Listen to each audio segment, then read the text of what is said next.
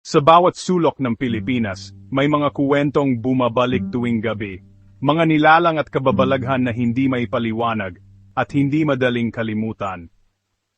Sa mga lumang gusali, may elevator na bumubukas mag-isa sa sahig na wala naman sa plano.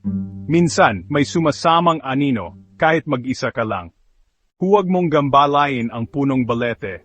Baka magalit ang mga engkantong naninirahan dito at ikaw ay parusahan.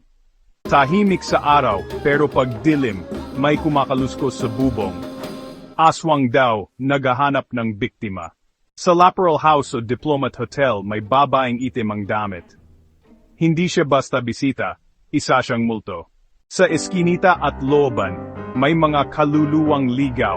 Tahimik lang sila, pero nararamdaman mo na andiyan sila. Maririnig mo ang iyak ng sanggol. Pero wag kang magpaloko, iyan ay tiyanak, handang umatake kapag nilapitan mo. May kwento raw ng babaeng nahulog sa trapdoor ng fitting room, at nakita ang isang nilalang na kalahating ahas, kambal na may-ari ng mall. Tuwing gabi, nagiging hayop.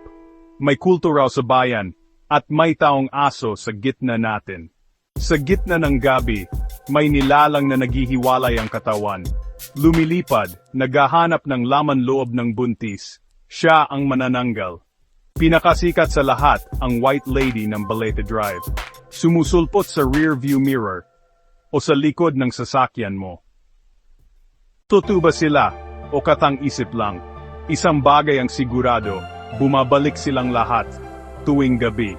Like, share and follow para sa mas marami pang kuwentong kababalaghan.